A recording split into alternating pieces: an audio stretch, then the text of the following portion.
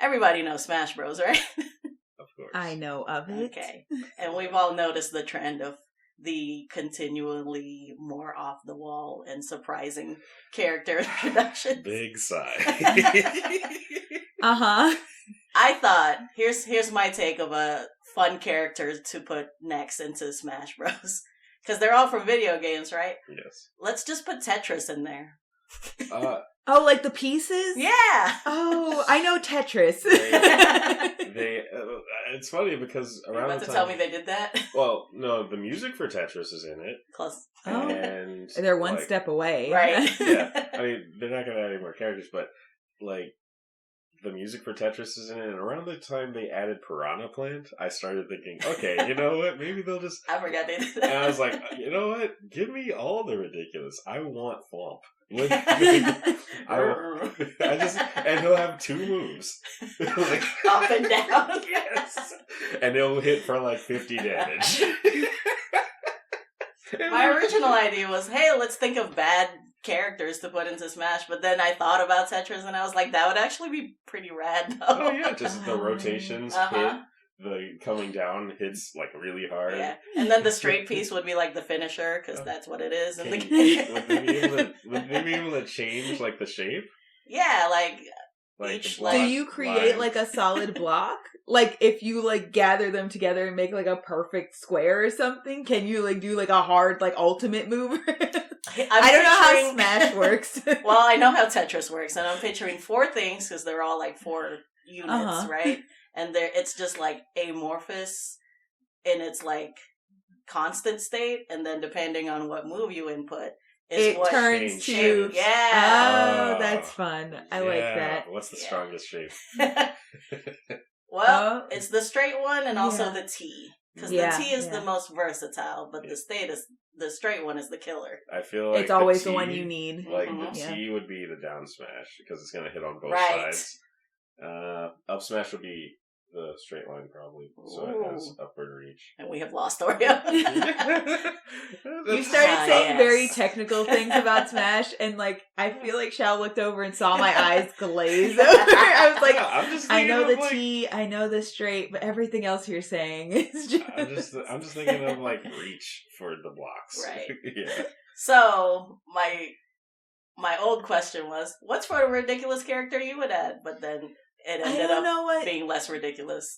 I don't really know what Smash would consider a ridiculous character. Anything I also now. Don't know. I don't know anymore. Where they draw the line. Like, what properties? The lines have been erased. Oh, like any properties? Literally any video game? Oh no, we're getting farther and farther dog from meat. The coordinates. From Fallout. Dog meat. The dog. The German Shepherd. Oh, just the dog, just not the survivor. Not the person, just the dog. They have Duck Hunt, so... Except he's not he's not anthropomorphic because it's Fallout. Like he's just a German Shepherd. Yeah, that's what I was saying. Duck Hunt is just a dog. He's cartoony, but he's just a duck. I mean, he's a dog with a duck on his back. Oh, I just want a dog v dog. Duck Hunt is just like, haha, like I'm a cartoon dog. And Dog Meat's like, no, like I survived a nuclear war. I'm in this. And they do have that wide reach where it's like, on one hand you got Snake from Metal Gear Solid, and then you have Sora. Friggin' the trainers and Wii Fit.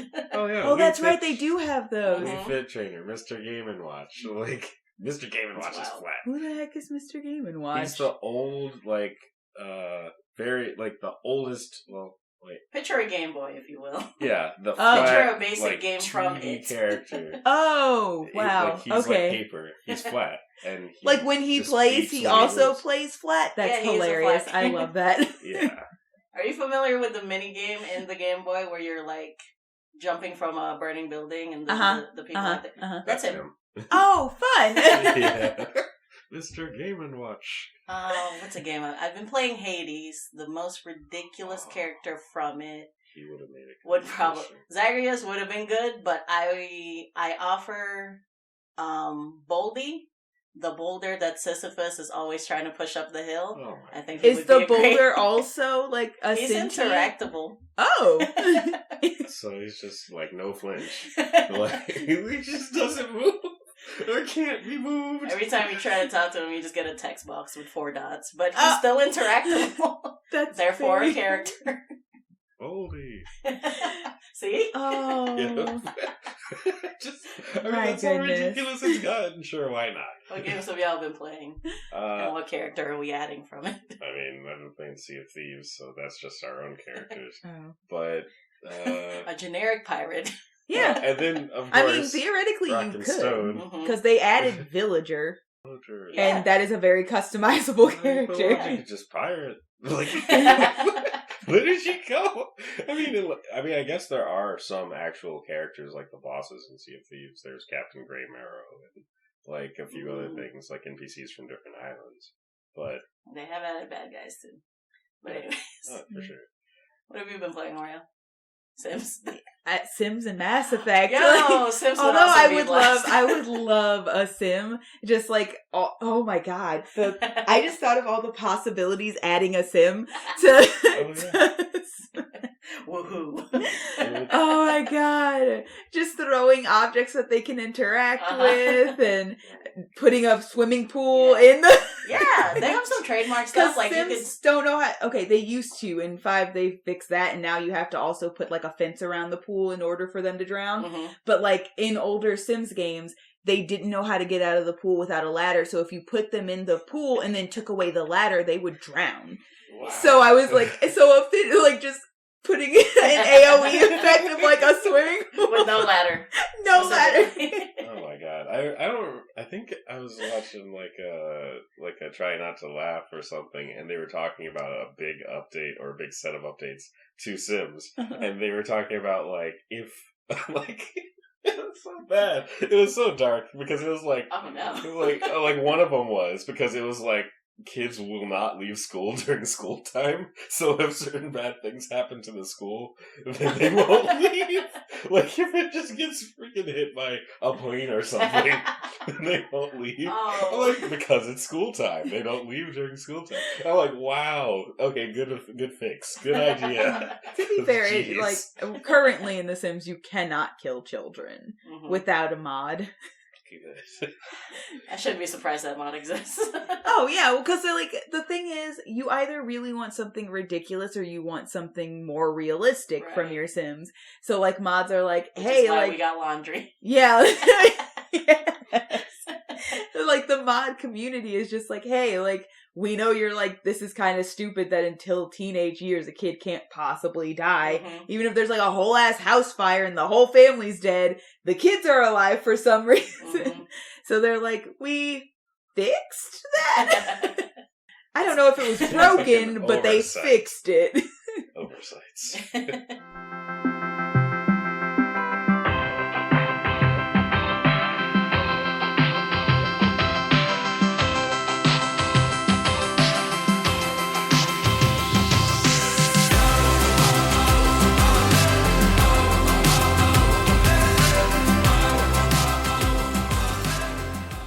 So anyway, Xav's here. Hello. Yes. So if you guys have not noticed the third voice, once again, welcome. We got another guest appearance. Another man. Yeah, we gotta get on this. You look so guilty. I was doing an intro here. I'm so sorry. I wanted to welcome everybody, including our guest who has been commonly known as Barbarian Xav. I am usually your reliable rogue, Oreo. Usually? I'm your apologetic druid, Shao. Why usually? Because sometimes I'm not that reliable. I think you wrote What if pretty his full legal well. name was Barbarian Xav? What? Anyway, welcome to the party. So you're definitely a barbarian in real life? Probably. Probably. Your face said no, but then your mouth was like, yeah. I'm not sure, but I think so. Simplicity. Yeah. Yes. I don't know, I guess process of elimination, you end up at barbarian. I think so. Yeah. I honestly think so. Probably totem warrior. Like beef. So, I don't know, but like, Barbarians are usually strength builds, right? Yeah. Mm-hmm. And aren't you more like a dex person? Oh, yeah, you're right. You're probably there. like half and half on that, though. Monk and Barbarian, probably. Oh, he's multi-classing. You know what? That makes sense. Yeah. Yep. Yeah. That's probably it. I mean, they were my favorite 2 classes. You do favor those. Yeah, they're my favorite 2 classes. The only reason I'm branching out is because I'm like, I've made them all now. I have an made idea. Every path. Almost. I mean, except for the ones I just don't want to play. Like, valid. Yeah. So, but even still, I might try one day. I mean, I guess that's the fun of it, right? Mm-hmm. So, I think that 4 Elements is one of the only ones that I just skipped. I hear bad things mechanically about that. It's just the weakest of the paths. But the flavor. Oh yeah, the flavor is great. I know. It is flavor monk. It's unfortunate that it's like the flavor is truly delicious. The substance is like cotton candy. Shame. Yes. I mean, essentially, you're a bad wizard. Don't talk about Aang like that. Oh no! Yeah, that's essentially what you're not key efficient. Shame. And you're. They should fix that.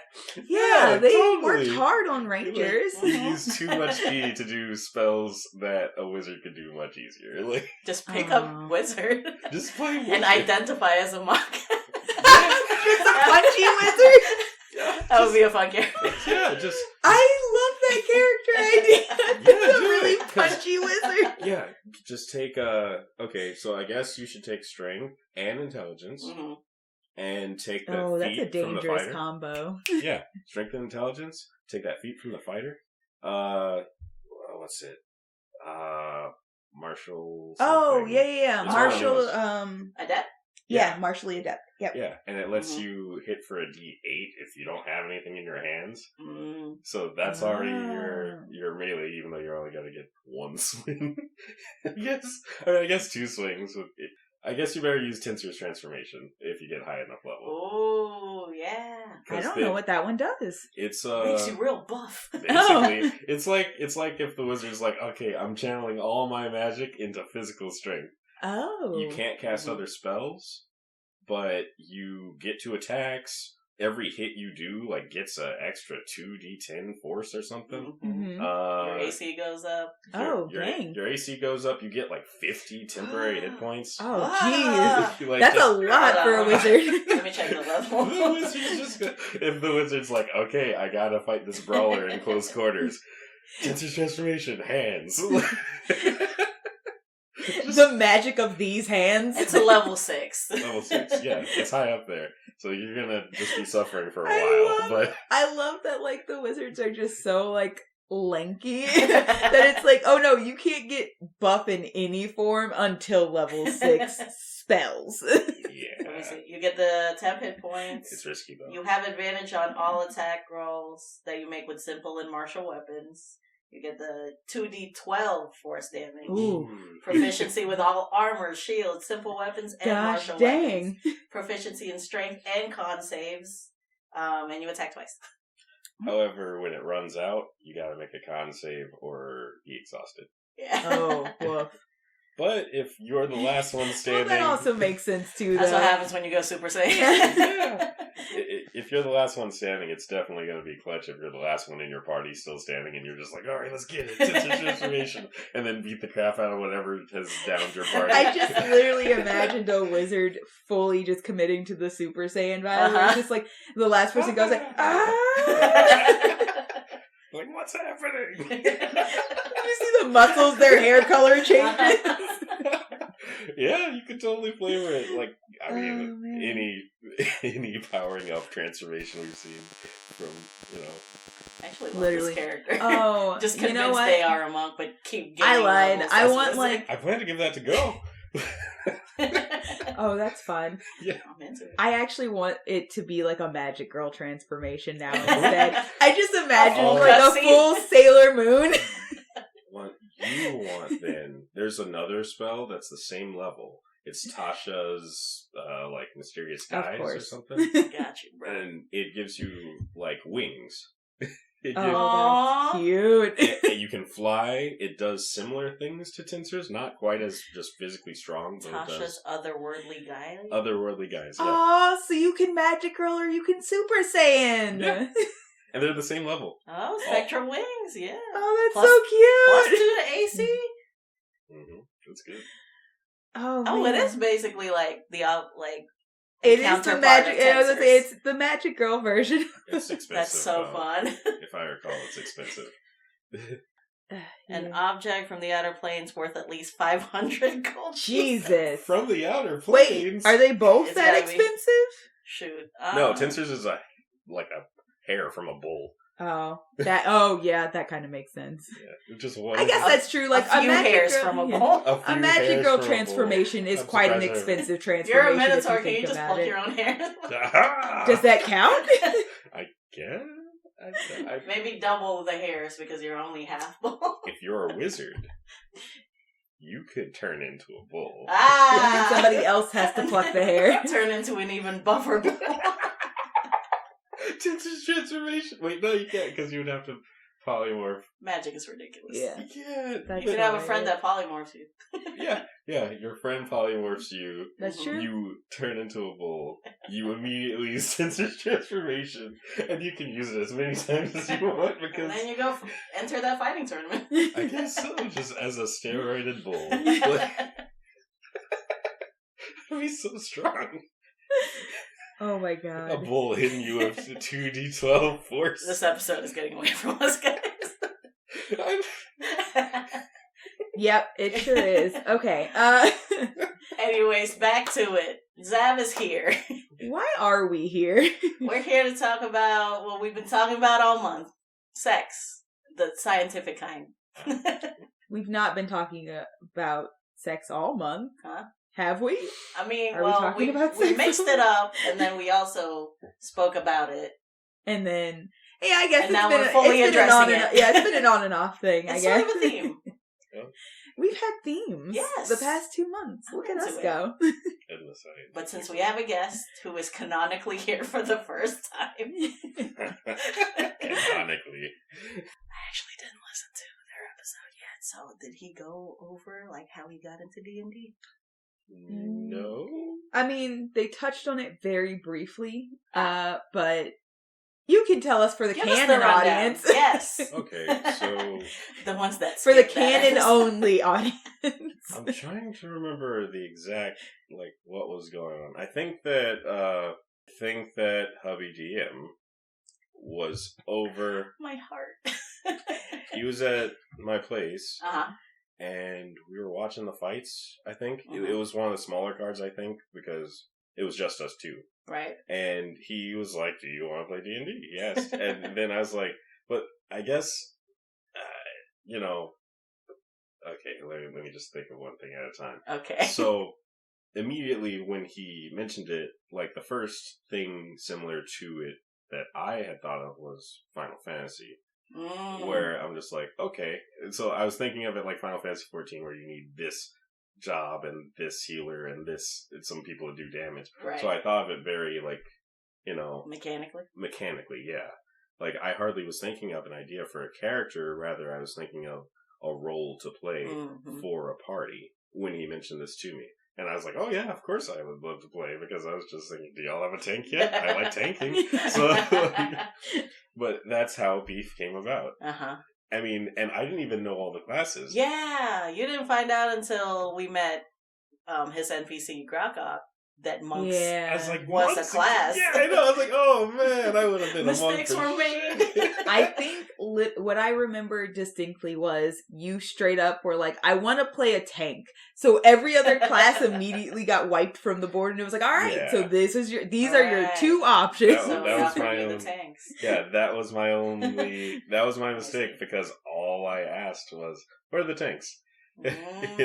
And he's like paladin, barbarian, fighter, and he's like, this can be tanky and stuff like this, and I was just like, barbarian's where it's at, because that's warrior. That's warrior.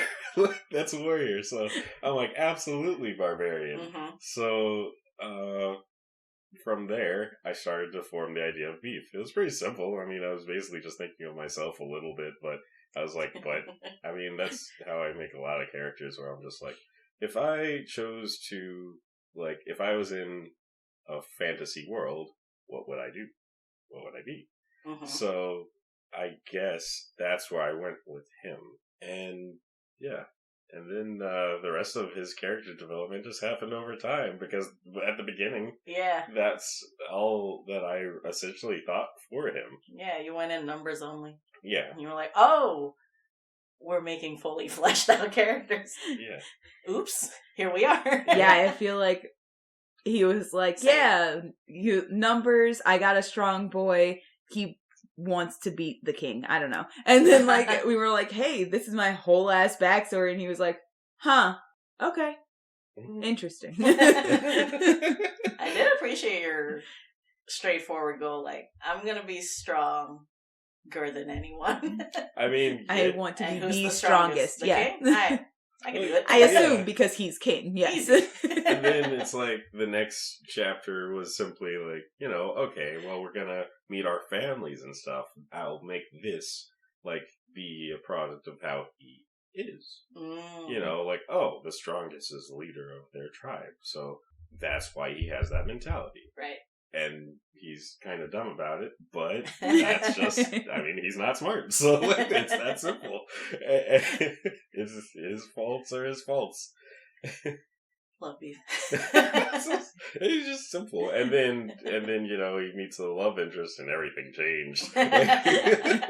Like, oh, okay, so now being the strongest is not the most important thing. Right. So what took priority was, now I want to protect my people. Aside from her, I want to protect my party. Right.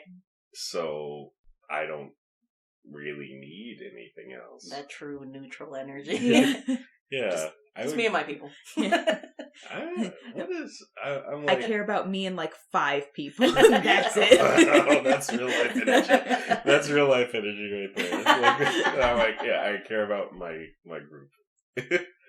But after that, yeah, he essentially comes to realize that all that really matters to him is his people. Mm-hmm. I don't care about ruling.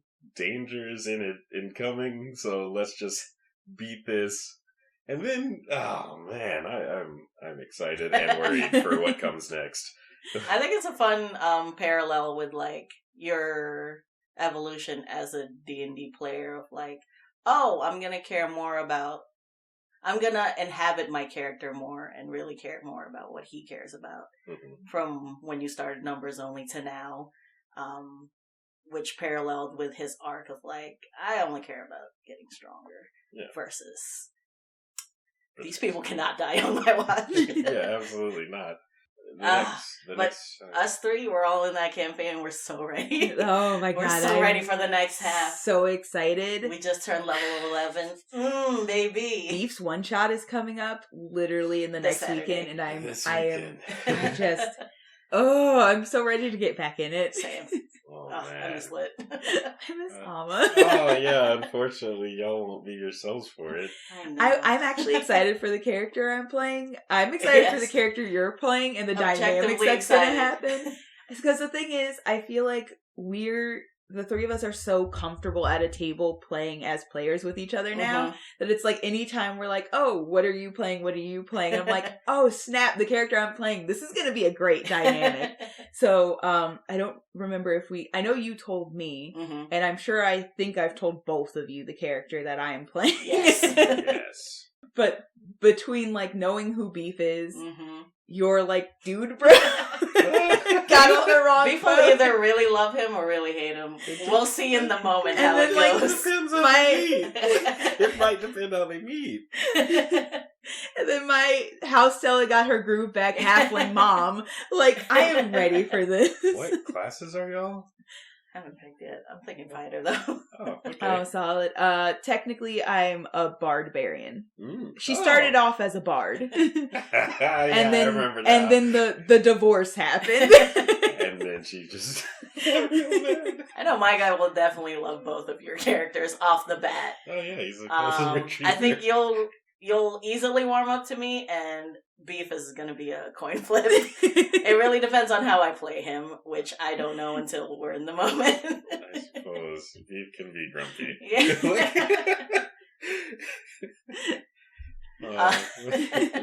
Yeah, I'm excited for it. Yeah. Regardless, I'm excited. And what a perfect segue. I'm talking about this Saturday I'm going to be playing a dude. And we are originally here to talk about gender in D&D, especially when you're playing the opposite or whatever you don't identify as. Yeah. And, the right ways to go about it and you guys' experience with it. I think I'm the one that has played a different gender for the longest time. Yeah. Which was my my dwarven cleric. Yeah. And the men at the table have not said they've been offended by how I've played. No. So I think it's been working out. It's all good. I love Bird. Yeah, I mean, and he was essentially like my character's closest friend there, so, because we, rich. And Xav, like Oreo, you also can't stop making characters. Oh, yeah, it's just, it's a problem.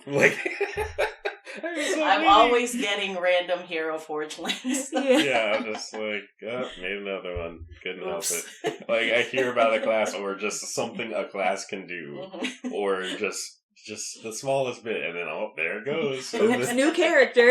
Oops. But yeah, the first time you sent me a female character, I was like, oh, look at Xav. Yeah. Yes, dude. Let's see. I made so many now. I don't even know. So many minis that need a campaign. Oh, man. I mean, I'm like, okay, so which ones can I incorporate into my own campaign? Because I've made too many.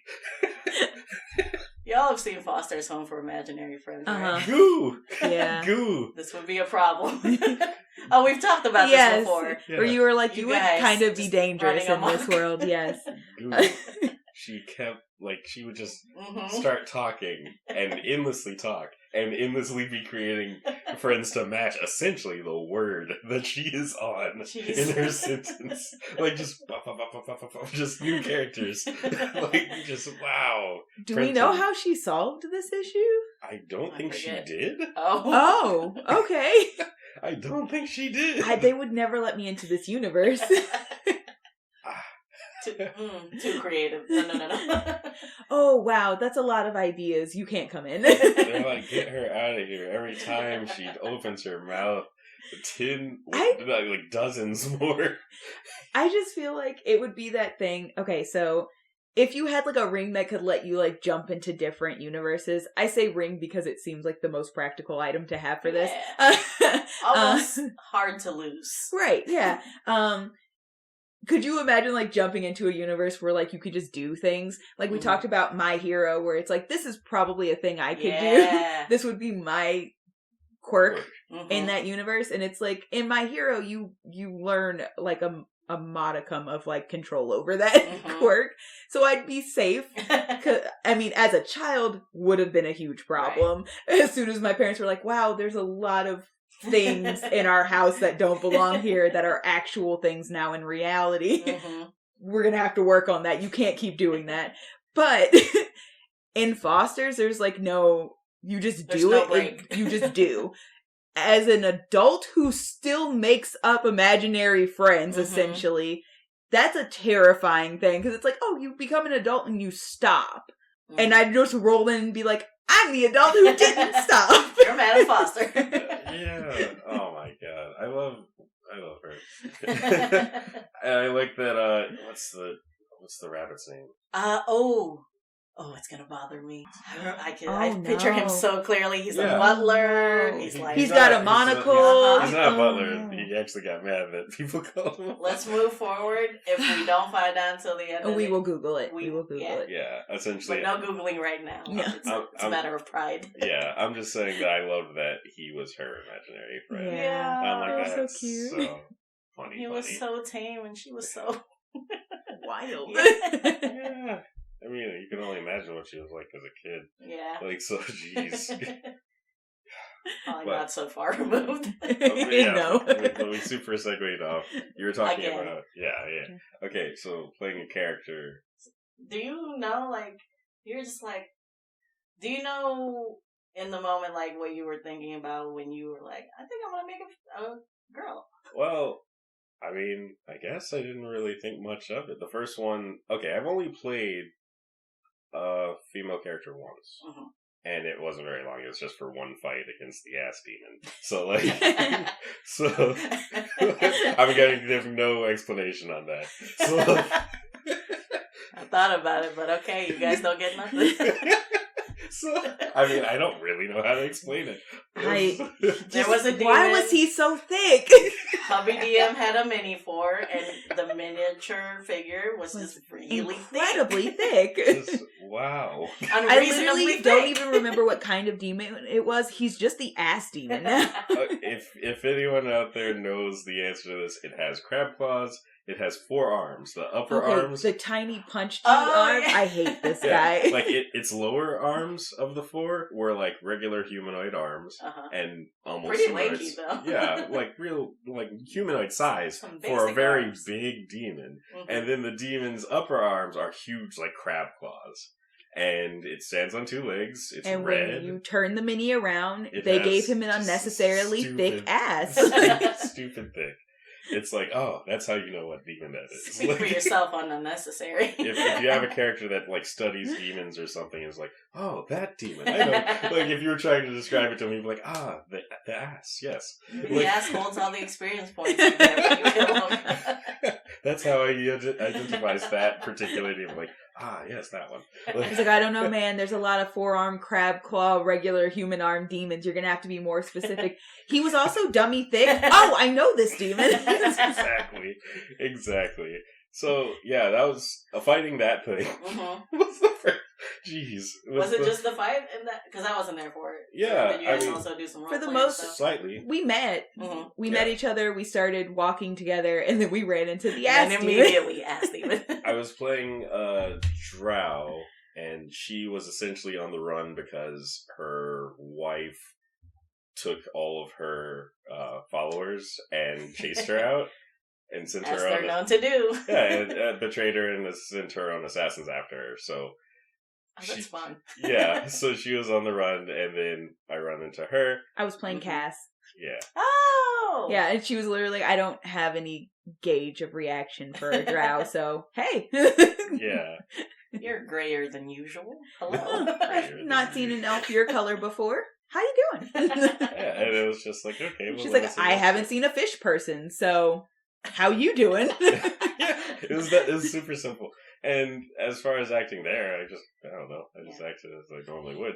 The only pinch of, like, let's see, we fought the demon. Like, see, this was hardly an experience where I could really get a vibe of playing a character of a different gender. Right. Because, we fought the demon. The most I did was say a few sexist things at it because it was a guy. Because I'm like, still fun though. Yeah, I gotta fit the drow, and that's more so fitting the drow than fitting the. Yeah, I think that's a really heavy race to pick for your first female gender character. Well, yeah, but for the most part, that's the only female characters I make. I mean, I could think of more, but yeah. I did think of a dwarf. She's actually in my campaign. Oh, our dwarves should play together. I don't think... I don't know how much she'll like. We're just an acquired taste. Oh, she is rough around the edges. In fact, I think you're dealing with her right now. Right now, in my campaign. Oh. Rad. Yeah. You're like, oh, no, they would not get along. She's talking about the Smith, right? No. Oh, snap. The arena. Am I fighting one right now? Yes. I don't remember what race they were. I just remember they were kicking my ass. Well, technically, she hasn't done anything to you. Oh, the tank. The one that's just handling Maddie at the moment. I'm like, I'm sorry. I'm also getting handled. Well, at least I'm frustrated. Yada's usually so efficient. I know. It's like, we're going to kick ass. We always kick ass. Literally. We've been kicking ass this whole campaign. Well, you know, with like, 2 other people, yeah. It is too little did I know. But it's like, you know. Oh, it's the group. Different characters have different elements that they just like, perfectly excel at. Sometimes working with other people. Mm-hmm. And sometimes it's like, okay, say you're an assassin, then you're going to have a hard time in a face forward like throwdown. I mean, I'm sorry, where are the shadows? I was looking for shadows straight up. I mean, this is a Coliseum. I know, when it's well lit.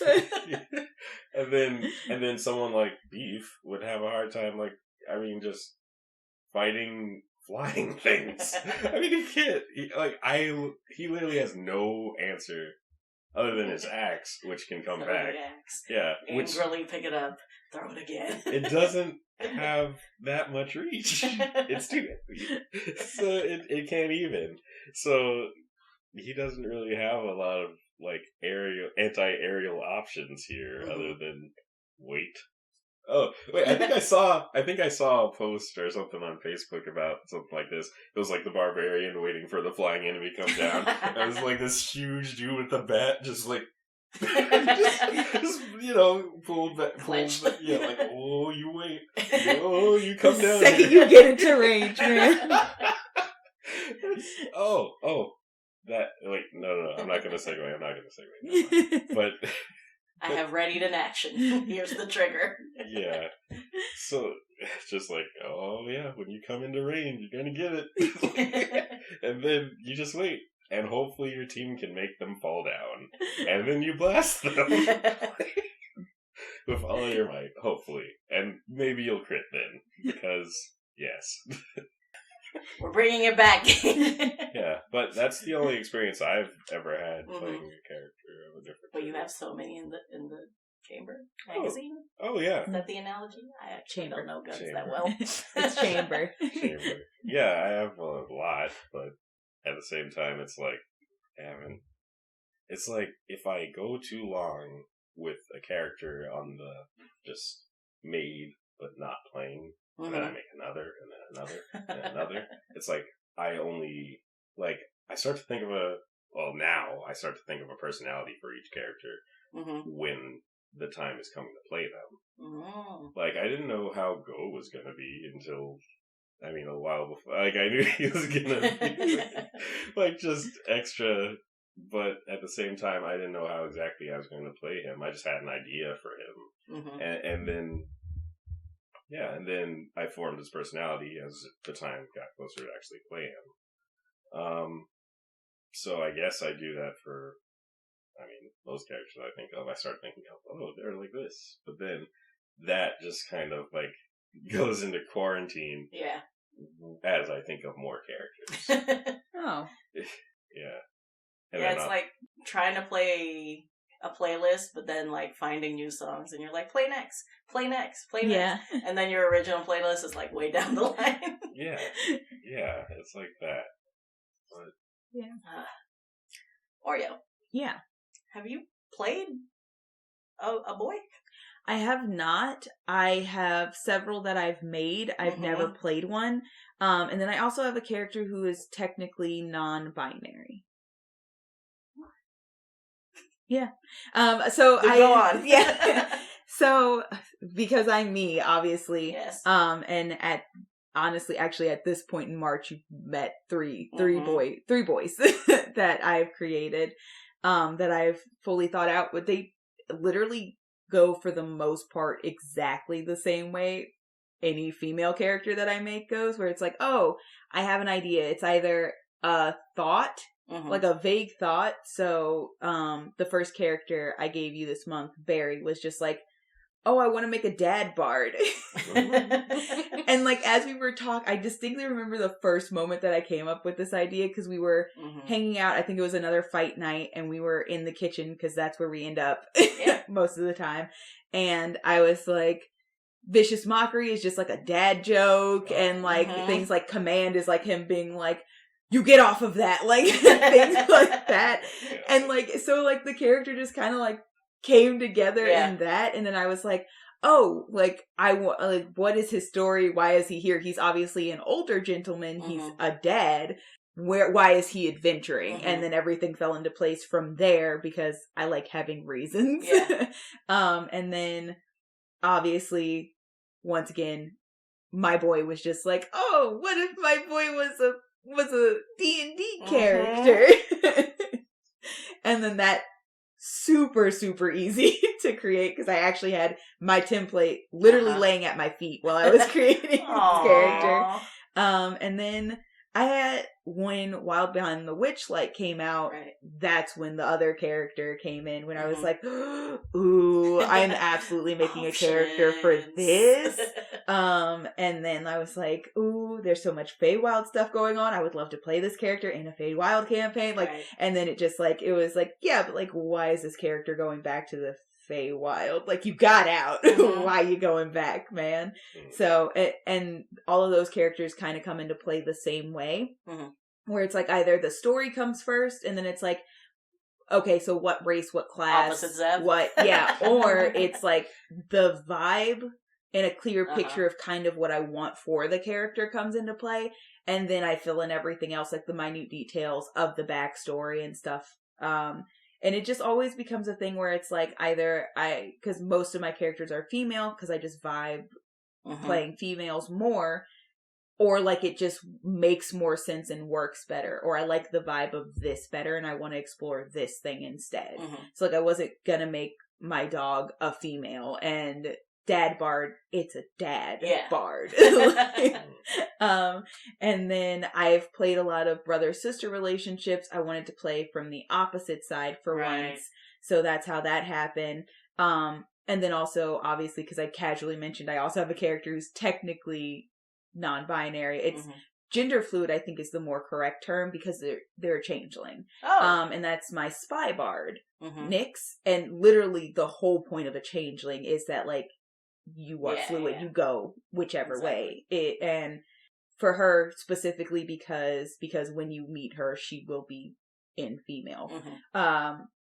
Specifically because of what needed to be done. That's the visual that was being presented first. But for changelings specifically, they have a set number of personalities that they roll through. Usually they are interchangeable. Like you can have like 2-3 male, 2-3 female. You could also have completely non-binary someday then personalities.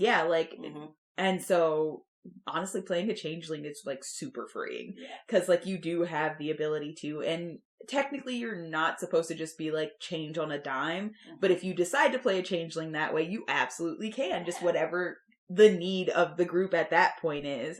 And that's also very fun. So but realistically, it's just, it comes down to like, I'm creating a person who happens to be something. Yeah, I think that's the lesson here. Where like you guys, even though you both can't stop making characters, the way you go about it is so different because it's like numbers first, let's go, and you're like, I have a story in mind. I make the story second most of the time. I mean, not all the time though. Go actually had the story before I even knew what class he was going to be. But like I was like a sorcerer. And I was like cryomancer sorcerer. That was the first way I was going. Huh, really? Yeah, and then I was like, I've never played a bard. Yeah. And then I was like, it'll be really good.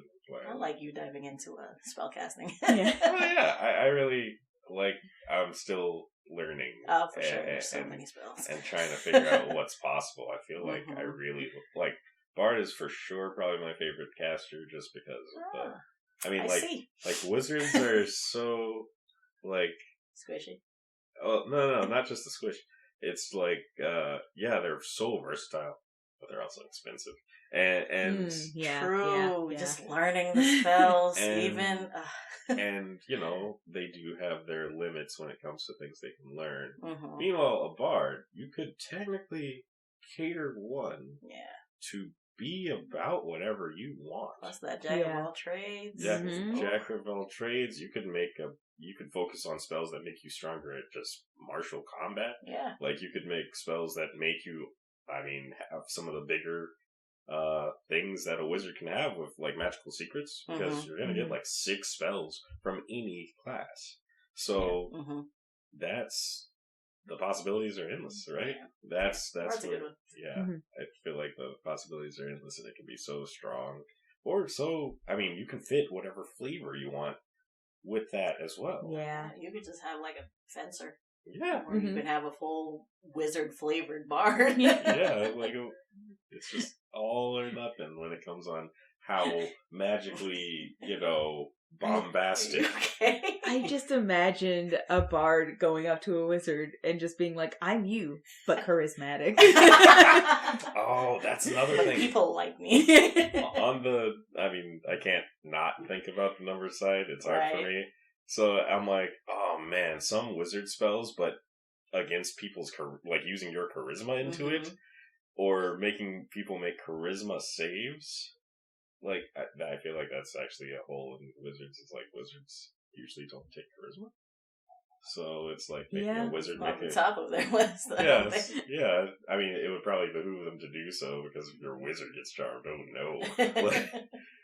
Yeah, I think for a wizard, like, the top things you should probably focus a bit more on are, like, obviously intelligence has to be your top. Yeah. But, you're not getting a lot in health, so... Put your con up there for the love of God, please. Yeah. And then probably charisma. It probably would be nice for you to not be the most awkward thing in the world. Wisdom as well. Like the saving throws. It's statistically the most common saving throw, right? Wisdom? Yeah. So I think it's so. Wiz then Dex. Dex. Yeah, that makes sense. But Dex is avoidable. Dex is just the wisdom of the body. Yeah. Essentially. Actually. Yes. Yeah, basically, yes. So, but different classes might have a way around a Dex save. Everybody's got to deal with wisdom saves. True. Unless you're a monk. That evasion, Unless you're a monk, then you have a great wisdom save and plenty of things that are gonna make it unnecessary.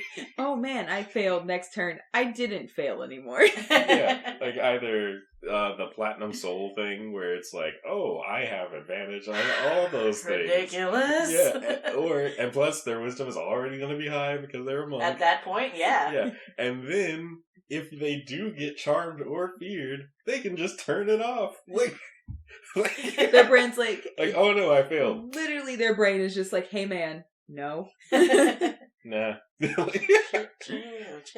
The worst part of it is just that, same person it was 2 seconds ago. We're not really scared. Yeah, I'm I just had to waste an action, but I am no longer charmed or feared. And that includes anything that does those things. So, bigger spells like mental prison or Gias or something like that. You could just be like, no. You're just like, nope, turned it off. That's infuriating. It's crazy. As a DM. I imagine so. Just why are you so mentally tanky? the mental tank. That meditation. Anyways, as I was saying, even though you guys create characters in such different processes, I think the lesson here is that, you're still playing a full person. So once you bring it to the table, you guys obviously have it figured out, the person that they are. So, like you were saying, they just happen to be this gender. Yeah. And I think the only other lesson here today that we got to talk about is watch your stereotypes, gang. Yeah, I think that's the big thing that you have to be careful about, because people, I feel, are usually scared to or worried about what the implication of them playing a different gender or somebody not relating to any gender, essentially. And it's well, if you go about it the wrong way, you're always going to run into problems. If you're oh, I started with the idea that I have to play a female character. And then, so the majority of the horror stories that I see is I want to play a sexy, cat person, right? Okay. And it's you've already started on the wrong foot.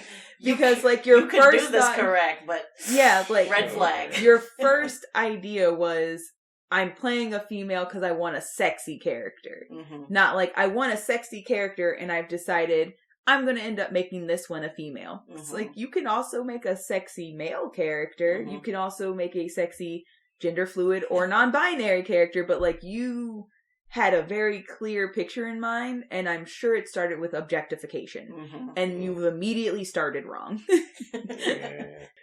Just red flags and brake lights. Yeah. Hey, bud, let's put a pause on that. I can't. Like, that's not right. Yeah, I'm like, I can't quite start there. Yeah. Just by nature of how I make characters. Because I'm just like, oh yeah, then I do like going off on hero points though. That's where I'm just like perfectly fair.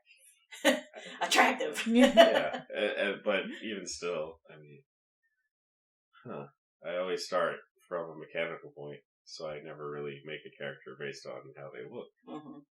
I think that look is something that just kind of comes to me after the fact, most of the time. Like, for any of my characters, really. I mean, except for Go. Go, I made the look before I made anything. I was like, and... Go, you really did different, huh? Oh, absolutely. Go, I would say, backstory-wise, that makes perfect sense, though. Yeah. Like, you have to have a clear look to, like, because you literally made a consort. Like, you're like, this has to be a sexy character inherently based on the backstory I have for you. Yeah, and boom, there he is. And then I was like, instrument? Violin. And then I made him. And then it was that simple. And I was like, well, oh wait, no, I didn't have the violin at first. Because remember I said I was going to make him a cryomancer. So at first I had him with like ice like, coming out of his hands. Ice on the ground. Oh. And then I was like, bard? I've never played a bard. Right. Yeah. I mean, I would have been fine with that, but I feel like music, I don't know. I like having a character with music intertwined. It's I really like music, so it's nice to be able to, right, intertwine that into a character. And you were saying, like, oops, I made them attractive, but it's like, it's D&D. You're perfectly allowed to make a hot character. Yeah, like, I think that's also, the problem isn't inherently that you want your character to be sexy. The problem comes in when that is the entire crux of your character. Like, the point of the character is sexy. And it's like, that's where your problem lies. You can be like, I want this character. I would like to play a female. And, like, I want her to be attractive. But, like, don't be like, the whole personality of this character is sexy cat girl. I think that... Which I'm sure you've seen plenty of in FF14. Oh, absolutely. Oh, my God. That's like... riddled with them. Riddled. Well, now there's rabbit people, too, so yes. Yeah. But, sexy bunny girl or sexy cat girl. Absolutely. People have been dressing like bunnies way before... Bunny is the new cat. Essentially. Netflix original. Oh, my God. Bunny is the new cat. But I was gonna say, if someone, like, is starting to, kind of like how I grew away from just mechanically orienting a character into, actually giving them a whole personality and story and everything like that. If you do have a character that's not just, sexy cat girl, you can grow them. Yeah. Absolutely. Yeah, and make mistakes. And you should. And you should. Like, okay, but why? If hypothetically, this person we were talking about with the red flags of like, I'm going to make a sexy cat girl. Because cat girls are sexy. If they had a healthy table of like, yeah, sure, bud. Let's work on it. Yeah, like, so that why? That would be really great, though. I remember... What's her story? Yeah. What's her personality? What's her family like? I remember I was watching something about DM tips, and it said, how should you deal with different, like, flavors of player? Right. Essentially, and one was like, how do you deal with, like, the power player? Horny player. Well, no, I imagine it's the same. It's just different. But it's like, okay, there's a power player. Say, like, for instance, Gaius. My Asimar... Word's best friend. So, Barbarian, Word's best friend, yeah. And I didn't intend him to be so strong, but he was really fucking strong. Like, so then I'm just strong, like, he hurt all of us. and himself. This friendship brings me pain. He had that Zealot Barbarian aura? No, that was from Scourge Asimov. Oh, that was from Scourge. Well, anyways, he had an aura that dealt damage. It burned. in an aura every turn. Yep, himself and anyone near him. It was a great time. Yeah, and he just did stupid high radiant damage, like, on every first swing of every turn. And then I'm like, I wasn't getting bored playing him exactly. Well, maybe I was, in a way, where I'm just like, battle is like a non-issue unless I'm just rolling horrible. Because battle, I'm just going to be like, every time I swing. Right. You know? So I'm like, I need to think. That got boring to you? Well, I mean, it's like One Punch Man. Oh, fair. It's like One Punch Man. Where it's like, oh, boss? it's dead. Like, so, if I land, if I miss, because there were sometimes I just rolled horrible with him, like back to back to back to back.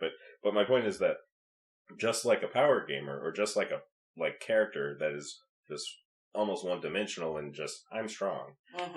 If you have a character that's one dimensional and being like, I'm sexy, you could still like try to grow them in some way, shape, or form where you delve into their backstory. Oh, like think about his parents. I completely agree. And then stuff like this. Okay, maybe, or maybe maybe their strength or sexiness is a problem.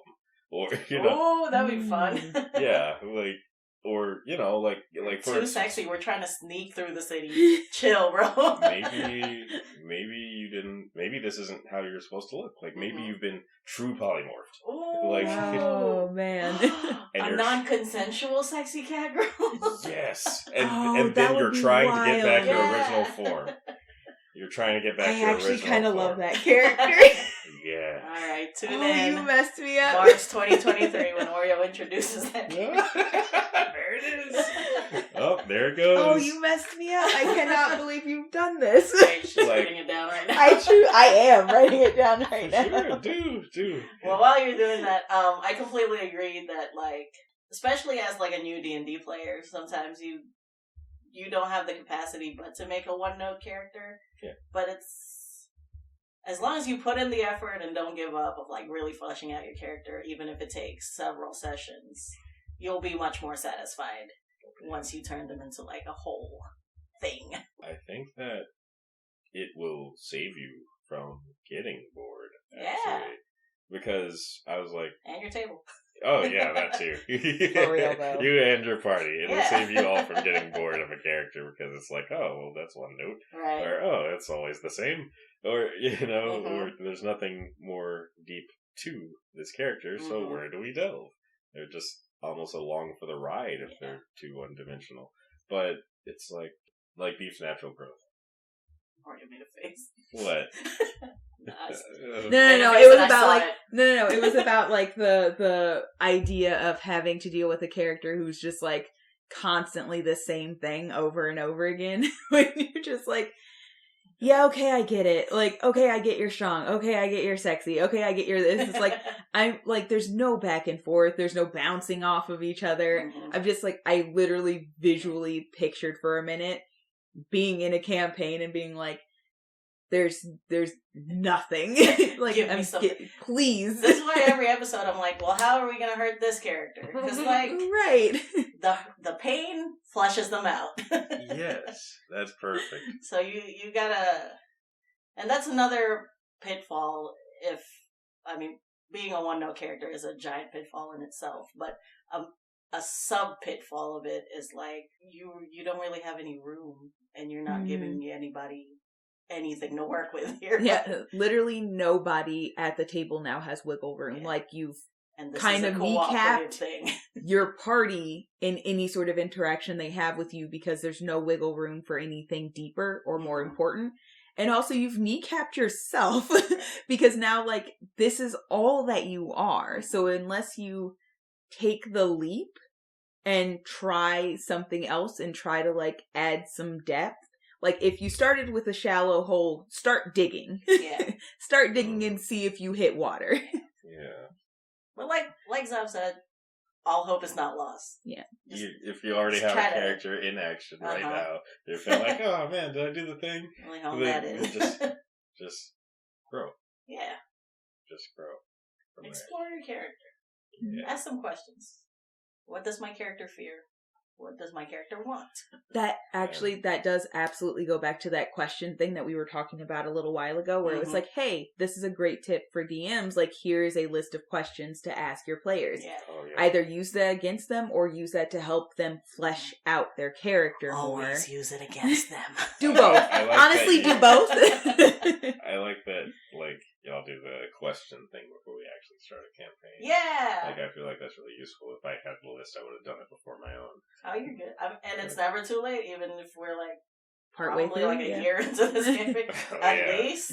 Yeah, yes. You can still send us questions. I love answering questions in character. I do that for fun.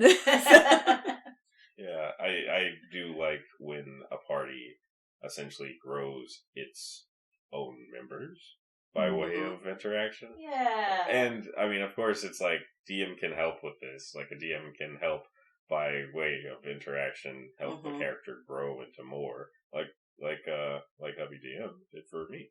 So, like, but it can also happen just within a party, like those campfire times. Yeah. Oh, or the traveling montages. Traveling montages. We have a lot of fun with traveling montages.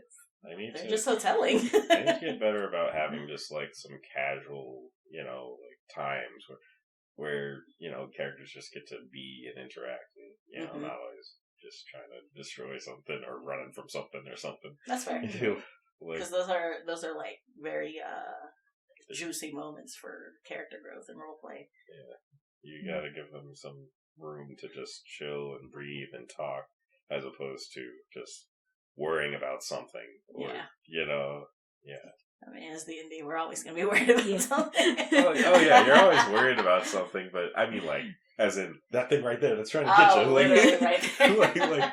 like, oh, here comes the thing. There's a problem, but right now we're relaxing. Yeah, of course, if it's a story at all, odds are something is going on that the characters are worried about. If not, then they should be worried that it's too quiet. It's been chill for like a whole day, huh? What's going on? I don't trust it. It's quiet, too quiet. Like that feeling. I think we got to our answer really easily in this episode of like, how do you handle playing something that's not you? And it's like, well, the answer was easy. Make them a whole person. Yeah. Yeah, I think which you should be doing anyway. Even if they are like you. Right. Like, it comes down to, like, you're thinking about them in terms of gender first. And honestly, the simple answer is don't. Like, don't think about them in terms of gender first.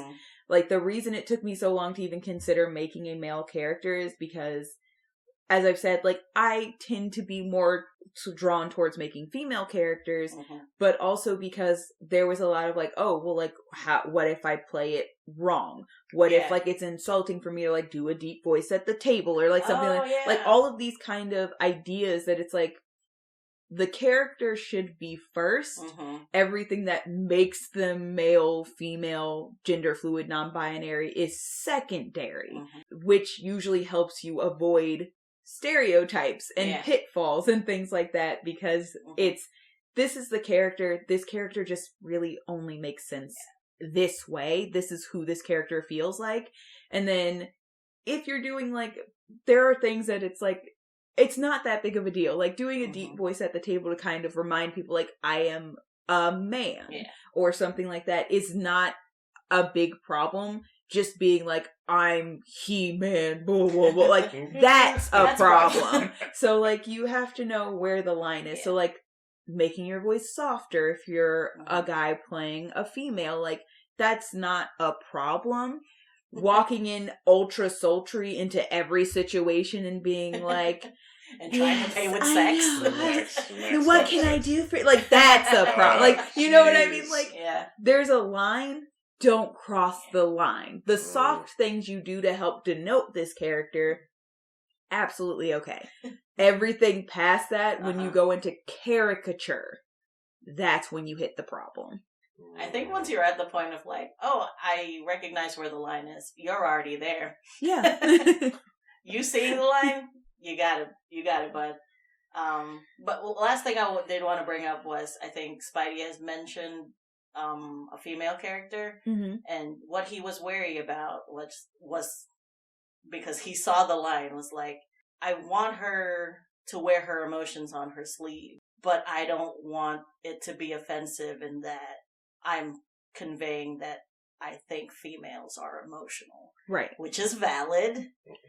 But like him just mentioning and addressing that this is how I want her to be and I'm not trying to be sexist with it, is like, oh, okay, well, you're not being sexist with it then. Yeah, it was just like, this was the character. It wasn't because the character is female. This was how I wanted the character to exist. Exactly.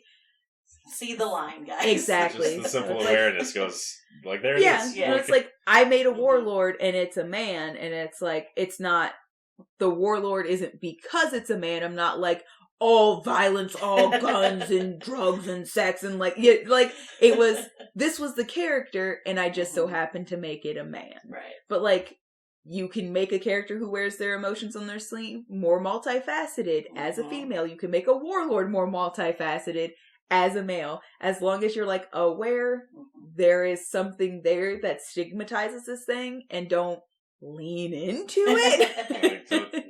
Once again, don't commit. Like, I mean, if you have a warring character, you have a very sexy character. That's cool, but have more. That's cool. Like, yeah, that's fine, but have more. These things are objectively cool. Yeah. Don't be offensive about it. Yeah.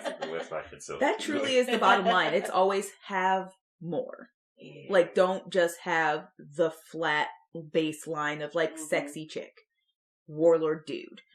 I just remember you thought of a character mid-episode. I'm chuckled to myself. You will see this character. Keep your eyes peeled. There it goes. There it comes. This is it. This is what I have to deal with, you guys. Kind of made me think of like the growth of like Kratos as a character in God of War. You know? Yeah. Like, remember? I mean.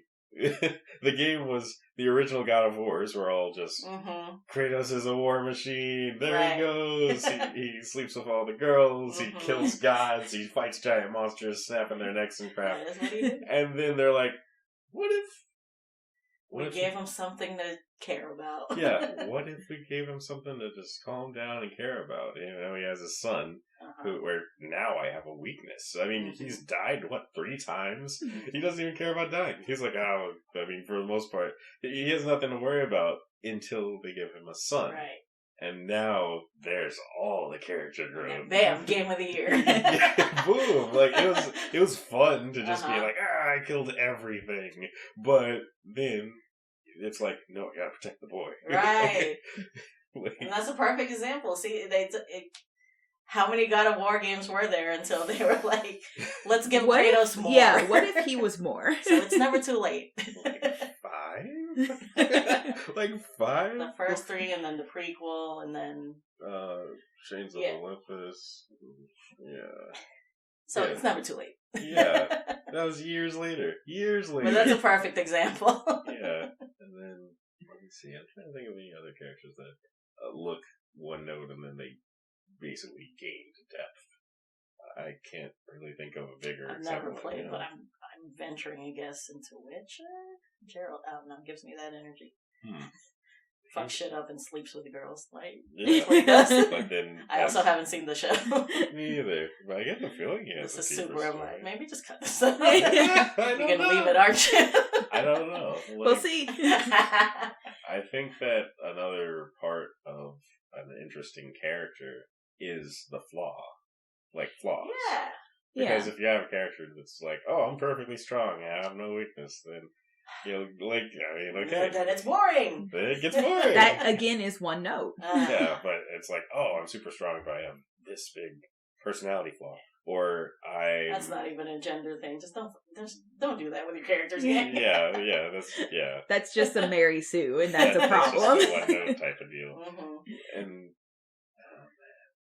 I lost my train of thought. You're good, bro. It happens to me so much on the show.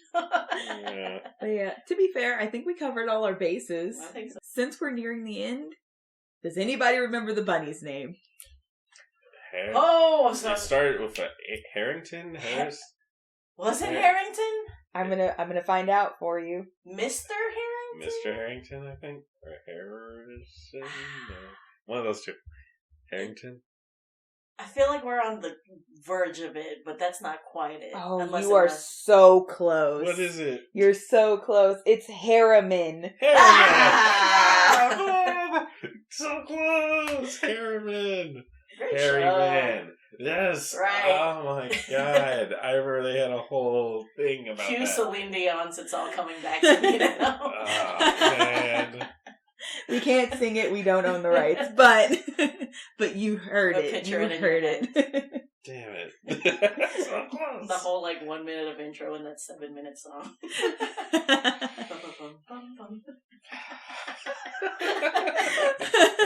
Jeez. Oh, Mr. Man. Harriman. Harriman. That makes sense. Because I remember they were joking about it, or not joking about it, but there was a whole piece of an episode where they were trying to either find him or trying to explain him to someone, and they're like, "You haven't seen a hairy man." And they're like, "No, not hairy man, Harriman." Oh my god, I remember the whole thing. God dang it. So there close. It is. Golden show. I always mutter to myself. There was one time Blue was stuck in the house by himself because everybody else went on a field trip and he was just watching the Weather Channel. And he's like, hot in Topeka. In Topeka. Yeah. Oh man. I think that Wilt was my favorite. Or Eduardo. Eduardo was my favorite. I think Wilt was mine. Appearance-wise, Eduardo, hands down. Yeah. He's so cool. I related to how much Wilt can't be assertive and doesn't know how to say no. They went on that adventure to the mall and he was holding the door for the entire adventure. He's like, oh, okay. Yeah. Sorry. Oh, okay. Oh, and his backstory in the movie. Oh, yeah, he basically belonged to Michael Jordan. Jordan Michaels. I see what you did there. Yeah. This has gotten away from us, but this anyway, is a good note to leave on. So if you haven't seen it, it's a solid show. Shout out to Foster's We do recommend. For sure. Cartoon Network original. It's on HBO Max right now. Go Oh, obtain a login. is it? Yeah. Awesome. Exciting. Yeah, I think they have most, if not all, Cartoon Network. Oh, that's awesome. Okay, I can't wait. I'm gonna go Powerpuff watch that a little Girls, bit. Dexter's Lab, Samurai Jack. Oh yeah, I think they have Courage. Oh, my We're just going through the whole lineup. Okay, anyway. I would really love to do a Cartoon Network build a party one of these days. Yes. Oh, yes, man. absolutely. Oh god, yes. I'm so hyped for it. Teen Titans. Yes. Steven Universe. Adventure Time. Okay, stop. Not Stop. to mention Adult Swim and Toonami. Oh, maybe. Oh my god. Okay, we gotta go. We have to leave. Thank you to Barbarian Xav for joining us. Yep. Would you come back? Oh, absolutely. Yes. We're awesome. We don't want to forget, because we forget literally every other time. Yes. To remind you to check out the YouTube and also our Instagram. Mm-hmm. Somebody might be working on TikTok at some point. We'll see what happens. It's very intimidating because we've been into TikTok era for so long and I've avoided it. Yeah, that's fair. This whole time. Not because I disdained it. I might end up getting on TikTok. Not like to do anything, but to watch stuff. Yeah, that's how it goes. Anyways, it's intimidating to me, just like Twitter, so we'll see. I'm less scared of TikTok than Twitter, though. That's fair. Like on the scale. Less scary. Mm-hmm. But yeah, so all of our speed draws are on YouTube. All of our speed draws and also a couple of other fun things we do, like aesthetics and Sundays. All of those are on our Instagram. Links in the descriptions as always. I am your exploratory rogue Oreo. We've given up on alliteration. Yep.